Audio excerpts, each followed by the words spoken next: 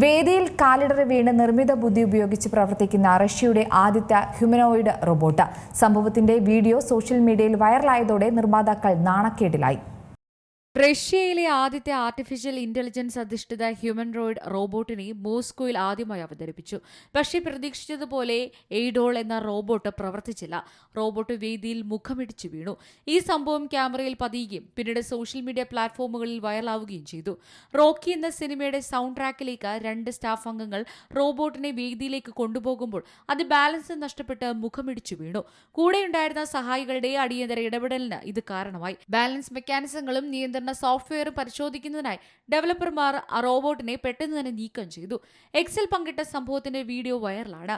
റോബോട്ടിന്റെ പരീക്ഷണ ഘട്ടത്തിലാണ് സംഭവം നടന്നതെന്ന് കമ്പനി വാദിക്കുന്നു. തെറ്റിൽ നിന്ന് പാഠം ഉൾക്കൊള്ളുമെന്ന് റഷ്യൻ റോബോട്ടിക്സ് സ്ഥാപനമായ ഐഡലിന്റെ സിഇഒ വ്ളാദിമിർ വിദുഖിൻ പറഞ്ഞു. അതേസമയം ഇത് വലിയ പ്രതികരണങ്ങൾക്ക് കാരണമായി.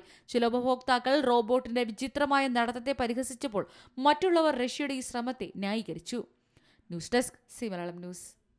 ഏറ്റവും പുതിയ വാർത്തകളും വിശേഷങ്ങളും വിരൽത്തുമ്പിലറിയാൻ സി മലയാളം ന്യൂസ് എല്ലാ ഡിജിറ്റൽ പ്ലാറ്റ്ഫോമുകളിലും ലഭ്യം.